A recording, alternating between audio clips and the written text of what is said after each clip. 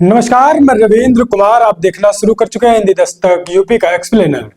दोस्तों, बहुजन समाज पार्टी को लेकर बहुत बड़ी खबर निकलकर सामने आ रही है, लेकिन इसको मेन स्ट्रीम मीडिया पूरी तरीके से छुपा रहा है। आप देख रहे हैं बहुजन समाज पार्टी लगातार यूपी को छोड़कर अदर स्टेटों में जहां निकाय चुनाव हो रहे हैं दोस्तों, वहां पर बहुजन समाज पार्टी किस प्रकार से मजबूती के साथ चुनावी मैदान में है। और मैदान में होने के साथ साथ बहुजन समाज पार्टी बड़े पैमाने पर सीट निकालकर सामने ला रही है और मेन स्ट्रीम मीडिया इसको बखूबी दोस्तों छुपा रहा है। किसी चैनल में इसका जिक्र नहीं हो रहा है, लेकिन आज जो खबर आ रही निकलकर महाराष्ट्र के निकाय चुनाव रिजल्ट को लेकर, महाराष्ट्र में भी निकाय चुनाव हुए, वहां पर बहुजन समाज पार्टी ने बड़े पैमाने पर 1 2 3 4 नहीं, बड़े पैमाने पर अपने कैंडिडेट को जिताने में कामयाबी हासिल की है। आप जानते हैं लगातार निकाय चुनाव अदर स्टेट में हो रहे हैं। अभी आपने देखा केरला में निकाय चुनाव हुए, बहुजन समाज पार्टी ने वहां पर भी अपना खाता खोल लिया। बीएसपी के कैंडिडेट की जीत हुई केरला में। और उसके बाद निकाय चुनाव होते हैं पंजाब में भी बहुजन समाज पार्टी ने दर्जनों सीट हासिल की अपने खाते में। और उसके बाद महाराष्ट्र में भी चुनाव हुए और चुनाव में दोस्तों, महाराष्ट्र के निकाय चुनाव में बहुजन समाज पार्टी ने बड़े पैमाने पर सीट हासिल की है। मैं आपको बताऊं, जो बहुजन समाज पार्टी के कैंडिडेट थे उन लोगों का क्या कुछ नाम है और कितने लोग बहुजन समाज पार्टी से महाराष्ट्र के निकाय चुनाव में सीट जीतकर बीएसपी के झंडे को लहराने का काम किया है। तो मैं बताऊं अगर आपको, रमाबाई नागसेन ने बहुजन समाज पार्टी के टिकट से चुनाव जीता है। उसके बाद अभिलाषा विकास बहुजन समाज पार्टी के चुनाव से पार्टी के निशान से चुनाव जीते हैं। नीतीश कुमार यादव बहुजन समाज पार्टी हाथी सिंबल से इन्होंने भी चुनाव जीता है। मंगेश सोनुलकर ये भी बहुजन समाज पार्टी से चुनाव जीत चुके हैं। सुनील भरने ये भी महाराष्ट्र निकाय चुनाव में बहुजन समाज पार्टी के बैनर तले चुनाव लड़ रहे थे, भी चुनाव जीत चुके हैं। और उसके बाद इंजीनियर स्नेहा गढ़पाले ये भी चुनावी मैदान में थी, जो एक पत्रकार भी है, इन्होंने भी जीत हासिल कर ली है दोस्तों गोदिया से। उसके बाद कुमारी संघमित्रा ये भी दोस्तों चुनावी मैदान में थी, इन्होंने भी जीत हासिल की है। और बहुजन समाज पार्टी के लोगों ने वहां पर पूरे रोड को नीला कर दिया दोस्तों। एक खुशी बीएसपी के लोगों में खूब इस समय देखने को मिल रही है। तो अपने में एक बड़ी बात है कि बहुजन समाज पार्टी लगातार अदर स्टेटों में अपने आप को मजबूत कर चुकी है, कर नहीं रही है, मजबूत कर चुकी है। इसलिए बहुजन समाज पार्टी के बड़े पैमाने पर प्रत्याशियों की जीत हो रही, कैंडिडेट की जीत हो रही है। केरला, उसके बाद पंजाब, उसके बाद महाराष्ट्र में बहुजन समाज पार्टी ने खाता खोल लिया है। अब लोग इंतजार कर रहे हैं 2027 का।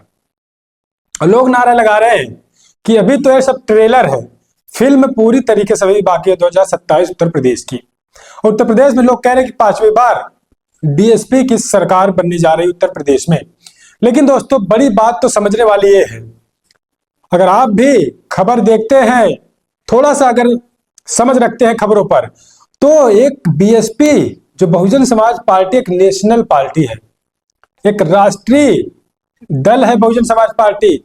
लेकिन निकाय चुनाव में लगातार बहुजन समाज पार्टी के कैंडिडेट जीत रहे हैं और मेन स्ट्रीम मीडिया जो अपने आप के बड़े चैनल कहते हैं, वो लोग बीएसपी की खबर को पूरी तरीके से छुपा रहे हैं। जब मैं महाराष्ट्र के चुनाव के रिजल्ट को एनालिसिस कर रहा था, तमाम रिपोर्ट्स देख रहा था, तो किसी मेन स्ट्रीम मीडिया में मैंने नहीं देखा कि बहुजन समाज पार्टी के खबरों को दिखाया गया हो। सिर्फ बीजेपी, एनसीपी और उसके बाद तमाम वहां की जो लोकल पार्टीज है उनको दिखाया जा रहा है, बीजेपी को दिखाया जा रहा है, लेकिन बीएसपी को पूरी तरीके से इग्नोर किया जा रहा है।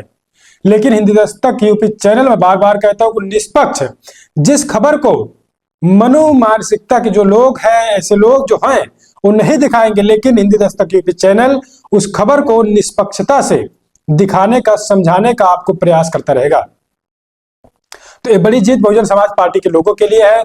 लगातार निकाय चुनाव में बहुजन समाज पार्टी अपने प्रत्याशियों को जिताने में पूरी तरीके से कामयाबी हासिल कर रही है।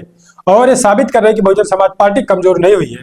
जो लोग कहते हैं बहुजन समाज पार्टी कमजोर हो गई, खत्म हो गई है, अब उन लोगों को एक झटका 440 वोल्ट का झटका बहुजन समाज पार्टी दे रही है, क्योंकि लगातार जहां जहां निकाय चुनाव हो रहे हैं बहुजन समाज पार्टी खाता अपना खोलते हुए नजर आ रही है। तो आरोप लगाने वालों लोगों के लिए बहुजन समाज पार्टी के कैंडिडेट, समर्थक और पदाधिकारी 440 वोल्ट का झटका दे रहे हैं। और ऐसे चैनल को भी झटका दे रहे हैं जो लोग बसपा को हमेशा से इग्नोर करते हैं, लेकिन हिंदी दस्तक यूपी जैसे चैनल आपको लगातार निष्पक्ष जानकारी से रूबरू करवाने का निरंतर प्रयास करेंगे। और गुजारिश हम आखिरी में यही करेंगे दोस्तों, ये तमाम लोग थे, मैं एक बार नाम आपको फिर से बता देता हूँ। रमाबाई नागसेन बहुजन समाज पार्टी से, अभिलाषा विकास बहुजन समाज पार्टी से, नीतीश कुमार यादव बहुजन समाज पार्टी से, मंगेश सोनुलकर बहुजन समाज पार्टी से, सुनील भरने बहुजन समाज पार्टी से, इंजीनियर स्नेहा गटपायले बहुजन समाज पार्टी से, उसके बाद कुमारी संघमित्रा बहुजन समाज पार्टी से। तमाम कैंडिडेट बहुजन समाज पार्टी से महाराष्ट्र के निकाय चुनाव में जीत हासिल कर चुके हैं, जीत दर्ज कर लिया इन्होंने। तो बड़ी बात है बीएसपी के लिए, बहुजन समाज पार्टी के लिए, तमाम समर्थकों के लिए। और कहीं न कहीं ये एक अब दिलासा दिला रहा है, एक अनुमान लगाया जा रहा है कि बहुजन समाज पार्टी 2027 में उत्तर प्रदेश में अपने आप को पूरी तरीके से मजबूत कर रही है। हालांकि जो पंजाब निकाय चुनाव हुए इससे पहले बीएसपी सुप्रीमो दिल्ली मौजूद थी। दिल्ली मौजूद होने का उनका कारण था कि पूरे देश को देखा जाए कि पार्टी का काम कैसा चल रहा है, तो वहां से गाइडलाइन लोगों को कर रही थी, गाइड कर रही थी और दिशा निर्देश दे रही थी।